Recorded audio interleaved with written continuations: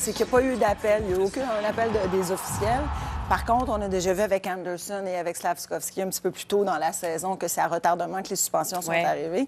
Mais c'est quand même dangereux, là. Première face contre la bande. Oui, mais comme dirait Dave, c'est 50-50. Voilà. Je veux qu'on revienne sur Sean Monahan parce que quand on parlait de la game ce soir, tu disais Sean Monahan, il faut en parler de ce joueur-là. Ce soir, il est sur le trio avec Slavkovski, un peu par défaut parce qu'il nous manque des attaquants.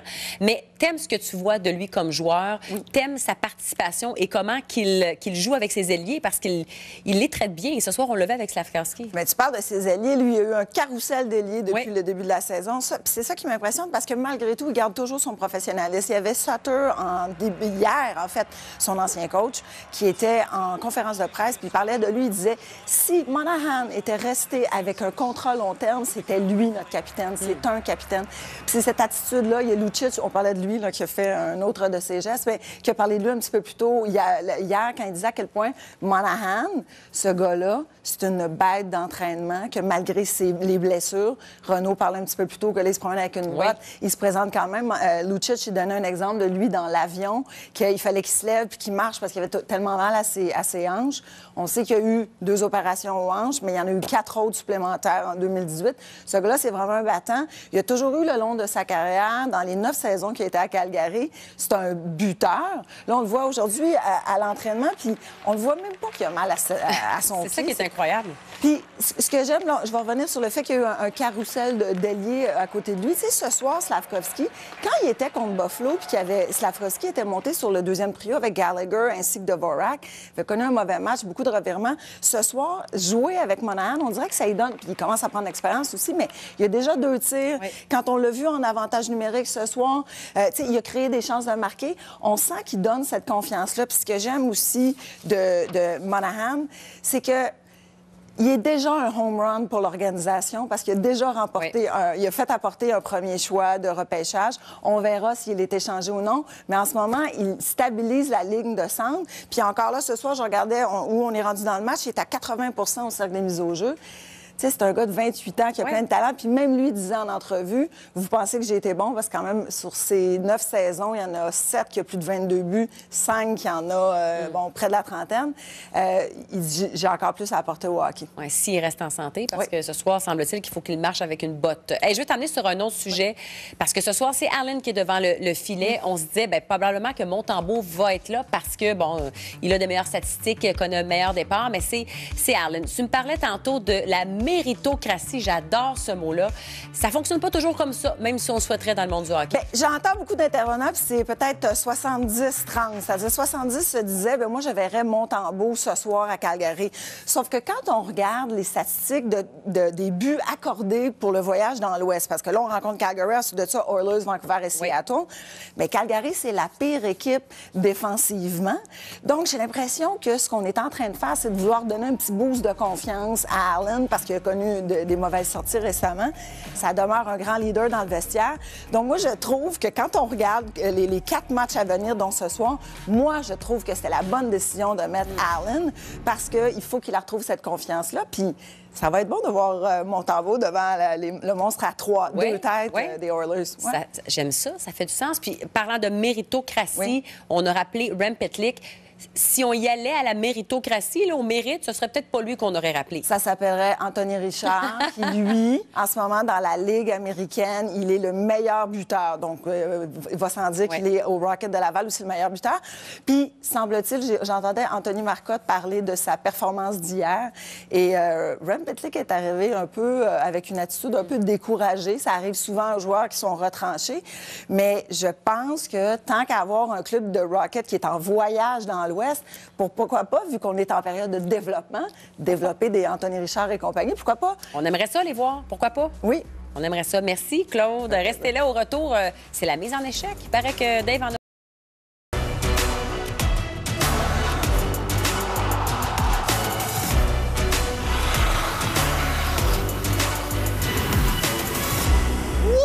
Gros jeudi soir. Bonsoir tout le monde. Élie, comment ça va? Ça va bien.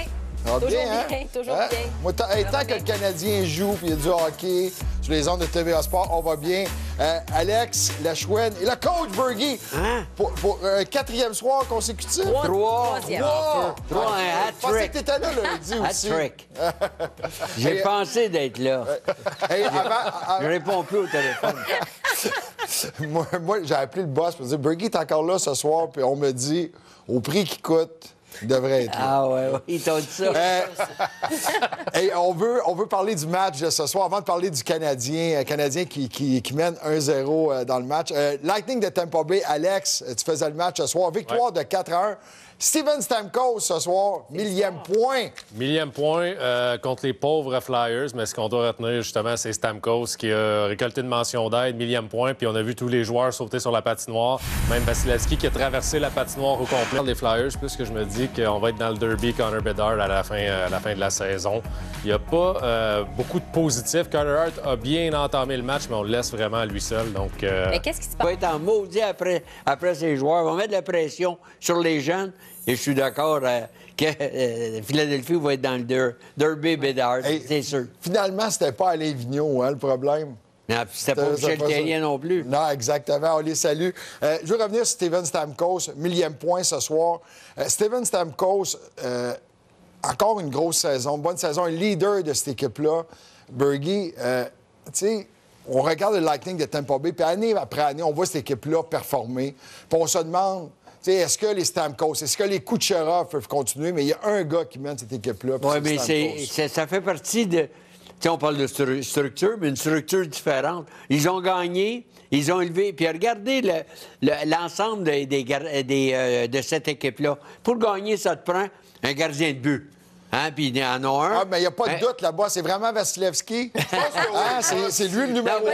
C'est donnant. Hein, là-bas, je pense. C'est pas ça, non? En plus de ça, tu as Edmond. Pour gagner la Coupe Stanley, il faut être un défenseur qui est capable de jouer 25 minutes. Et en Edmond, ils l'ont. En plus de ça, bien, ils ont des joueurs de premier plan à l'attaque. On parle de Stamkos, Kucherov, là, qui est devenu au fil des ans peut-être un des 4 meilleurs attaquants de la Ligue nationale. Sergachev aussi, tu parles du départ. On parlait du départ de certains défenseurs. Sergachev, qui connaît une bonne saison, qui a plus de temps de glace aussi.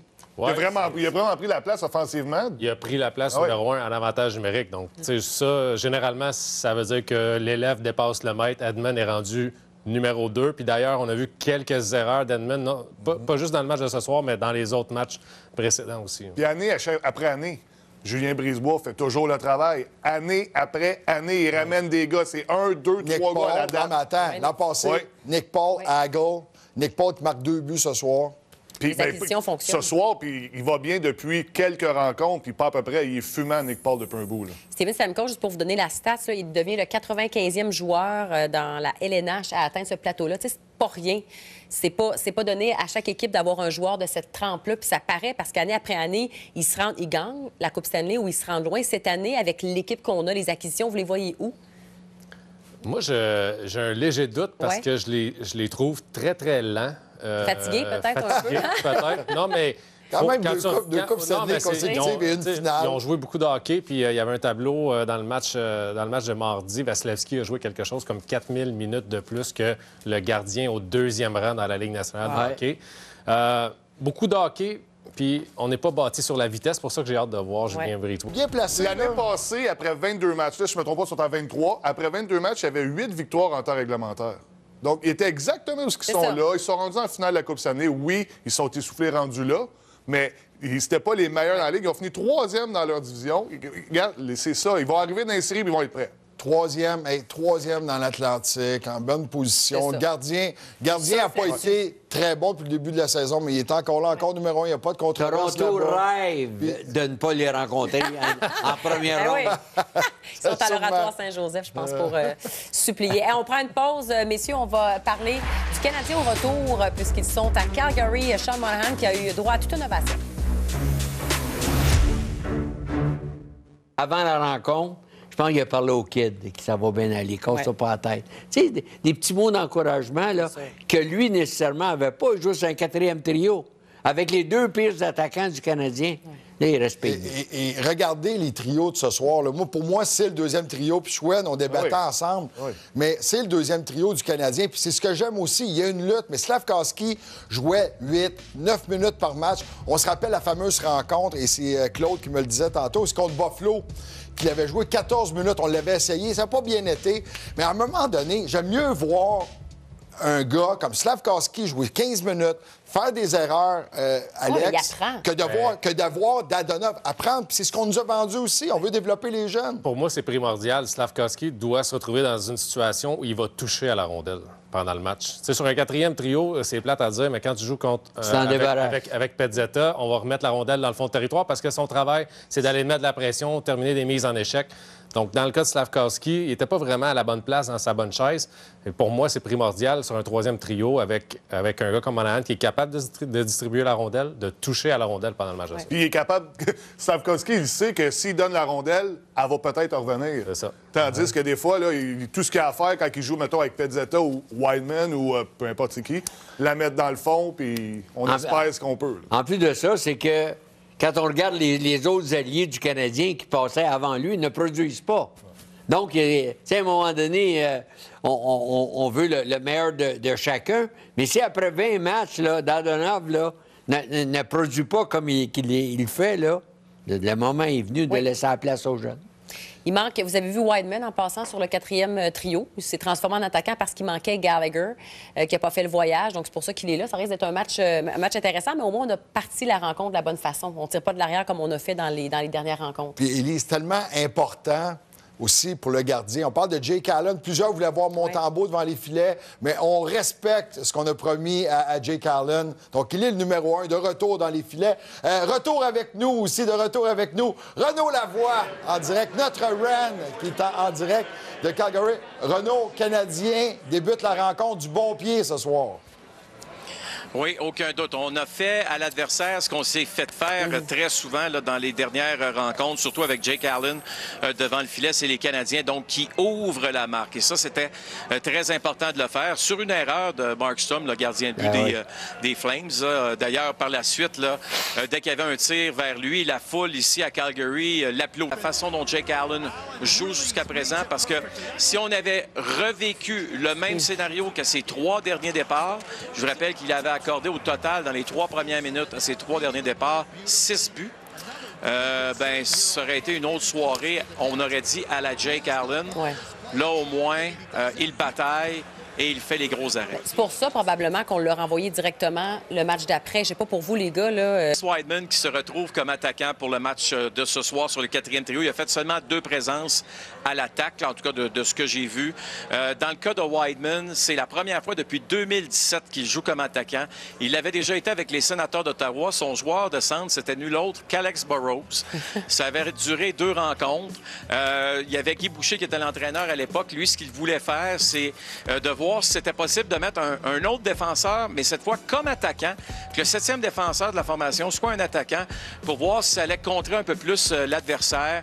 Bon, il y a eu des mises en jeu en zone défensive. Là, on a donc mis Josh Anderson à quelques occasions sur le 4e trio pour s'assurer, là, évidemment, de pas se faire avoir défensivement. On ne peut pas trop en demander non plus à Chris Wideman. C'est pas une position naturelle pour lui, mais je vais vous dire une chose. Ce matin, à l'entraînement, quand il est sorti de la glace, il était excité pas à peu près. Il était content non seulement d'être de retour dans la formation, mais d'avoir ce défi-là. Il avait l'air d'un jeune enfant, là, d'un garçon qui se disait « Hey, c'est Noël avant l'heure. » Mais Renaud, je ne sais pas si tu vas être d'accord avec moi. C'est quand même pas tellement prudent, là. Tu t'en vas pour un voyage de 4 matchs à l'étranger en peut-être 7-8 jours. Tu n'amènes pas un extra à l'attaque. S'il avait fallu qu'il y en ait 2 ce matin, là, qui est un virus, n'importe quoi, là, tu fais quoi? On est dans la Ligue nationale, là. Le Sean Monahan, je peux te dire une chose, a une botte sur le pied droit. N'est pas capable de marcher sans cette botte. Ah ouais. Donc, même lorsqu'il sort du vestiaire, normalement, tu le sais, Michel, tu en as eu des joueurs qui étaient blessés. Tu disais, hey, quand tu passes devant un journaliste, là, marche comme du monde, ta botte, tu la remettras dans ton auto, cache ça, là. Mais finalement, la raison pour laquelle il garde sa botte, c'est parce que c'est extrêmement douloureux Hein? Donc, ça vous donne une indication du problème. Parlant de problème, bien justement, la formation de Laval qui jouait hier du côté de Utica aussi, je pense que ça a compliqué les choses, compliqué le fait qu'on pensait que Brendan Gallagher allait être en mesure de disputer le match de ce soir. Ce matin, c'était pas le cas. On pensait aussi que Rem Pitlick pouvait venir rejoindre l'équipe sans problème ce soir, mais son vol qui devait atterrir à 16h a atterri à 17h30. Martin Saint-Louis avait dit, c'est pas vrai que je vais mettre Rem Pitlick dans la formation s'il arrive à 5 minutes de la période d'échauffement. Donc, on a décidé de le garder dans les gradins pour le match de ce soir. Brendan Gallagher qui boite beaucoup, qui a de la difficulté à marcher présentement. Donc, voyez là, qu'il y a plusieurs balles dans les airs là, présentement du côté des blessés chez les Canadiens. Mais après 20 minutes, ça sent la victoire. Alex, vous voulez... je l'ai déjà fait arriver en retard dans un match de la Ligue nationale avec les Penguins de Pittsburgh. J'avais été rappelé de Wilkes-Barre, puis c'était au Madison Square Garden, puis Renaud, il sait... Il faut monter la côte. Oui, c'est vrai. Je courais avec mon équipement. L'équipe était sur la glace pendant la période d'échauffement, mais juste à monter à la côte, c'était un bon échauffement. T'as passé à côté de la limousine de Wayne. Exact. Je veux revenir rapidement sur le système de rotation. Alex, t'en penses quoi, toi, notre défenseur, système de rotation? Parce que moi, j'avais un débat avec André Tourigny l'autre jour. Je me disais, ça joue sur la confiance des défenseurs. André me disait, ça fait partie, et il a peut-être raison, ça fait partie du développement des jeunes. Il y en a qui ont besoin de développement plus rapide. Il y en a d'autres qui ont besoin des développements différents. Jack Eill, d'après moi, ne devrait pas faire partie de cette rotation. Parce que si on commence à utiliser Jack Eill contre les équipes robustes et contre les équipes pas robustes, tu joueras pas. Non. Si tu es capable de jouer contre l'équipe robuste, tu es capable de jouer contre n'importe qui, d'après moi. C'est surtout le fait que je veux voir, puis le voyage, ça va être bon, là, les 4 matchs, je veux voir un défenseur prendre le poste, puis tellement bien jouer que Martin Saint-Louis n'a pas le choix de le garder dans l'alignement, puis à la place d'y aller de rotation. Puis je pense qu'en ce moment, Kovacevic, c'est pas un défenseur qui va faire partie des plans dans 2 ans, dans 3 ans, quand on va espérer se bagarrer pour un poste en séries éliminatoires. Mais en même temps, il faut que les autres jeunes jouent de la bonne façon. Puis, oui, il va y avoir des périodes en montagne russe, mais en ce moment, c'est plate, là, mais performe, puis ça va bien aller. Parce que quand la saison a commencé, Harris, on pensait que c'était fait. Goulet, c'est fait. Après les 10 premiers matchs. Harris, on pensait que c'était fait. Puis là, tout d'un coup, on le sort. Puis là, il y a de la misère. Puis on n'avait jamais dit qu'il y a de la misère, sauf quand on l'a retiré de l'alignement, puis on l'a remis. Là, on a commencé à le questionner. C'est ça, le développement est à 2 temps, là. Oui, c'est ça. Mais Renaud, on a comme l'impression que cette rotation-là va... Tant que tout le monde est en santé, la rotation va se poursuivre. En tout cas, est-ce que c'est ce que tu ressens de ce que Martin Saint-Louis explique? Aucun doute là-dessus. Puis, c'est certain que ce n'est vraiment pas une situation idéale. Les blessés sont où ils sont chez les attaquants.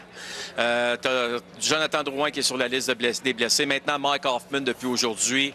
Écoute, ça, c'est le hasard qui fait les choses. Rappelez-vous, l'an dernier, il n'y avait pas un joueur des Canadiens qui était en santé. On dirait c'était pathétique le nombre de blessés qu'il y avait à toutes les positions, même gardien de but. Là, présentement, bien, s'il y a un endroit, pas où on souhaiterait qu'il y ait des blessés. Il n'y a personne qui souhaite qu'il y ait des blessés, mais où on se dit, bien, on aimerait peut-être avoir un peu plus de flexibilité. Bien, si tu regardes les vétérans de l'équipe, tu n'enlèveras pas David Savard de la formation, il joue très bien. Tu n'enverras pas Joel Edmondson de la formation, il joue très bien aussi. Mike Matheson revient d'une blessure. Là, il a connu une bonne période, il essaie de s'adapter aussi à ce rythme de la Ligue nationale après avoir raté plus d'1 mois d'activité. Ça veut dire qu'il n'y a pas beaucoup de place là, en bout de ligne. Caden Goulet ne fera pas partie d'une rotation parce qu'on le considère comme un défenseur aujourd'hui Ligue nationale. Alors après ça, ben c'est sûr qu'un gars comme Jordan Harris, très bon début de saison, je suis d'accord avec toi, Schwinn. Puis après ça, ça a commencé à glisser tranquillement, pas vite. S'il y a un joueur qui pourrait se retrouver dans la Ligue américaine éventuellement, là, si ça continue comme ça, c'est peut-être lui. Je dis pas que ça va arriver, mais Jordan Harris, il a beaucoup plus besoin de jouer des matchs que peut-être un Arbor Xhekaj. Pas parce que Arbor Xhekaj peut rester plus souvent dans les gradins, tout ça, mais je pense que c'est un joueur, Jordan Harris, qui a encore besoin de développement, un peu plus que Jack Eye. Jack Eye, c'est la surprise. Tout le monde le sait, chez les Canadiens de Montréal. Tu n'es pas supposé être là non plus, mais il est en avant quand même à l'heure où on se parle. Je suis d'accord avec Michel de Jordan Harris. Et Renaud, tu es plus au courant que nous autres, là. Mais en plus, les joueurs qui vont être en demande et que le Canadien vont vouloir échanger, transiger, ça ne sera pas des jeunes joueurs. Ça ne sera pas des Harris, ça ne sera pas des Goulet. Non. Il va y avoir des demandes pour un David Non. Savard, peut-être pour un Edmondson, peut-être même pour un Madison, on ne sait jamais. Ouais, mais donc, tu dois les faire jouer. Oui, puis non seulement tu dois les faire jouer, puis en même temps, tu sais, Martin Saint-Louis utilise toujours la même expression. Et c'est des gars qui s'occupent de la chambre, qui s'occupent de l'équipe. C'est des leaders. Pour Martin Saint-Louis, de perdre ces joueurs-là, ce serait très, très dur. Là. Puis, tu sais, je dis pas que ça n'arrivera pas, là, mais ça me surprendrait quand même. Je pense que les joueurs qui vont être échangés, ça va être ceux qui n'ont pas de contrat la saison prochaine. Ils vont devenir joueurs autonomes sans compensation. Puis on sait que ça ne sera pas tout de suite que ces transactions-là vont avoir lieu. On sait que tu vas nous le dire. Merci, Renaud. Merci beaucoup.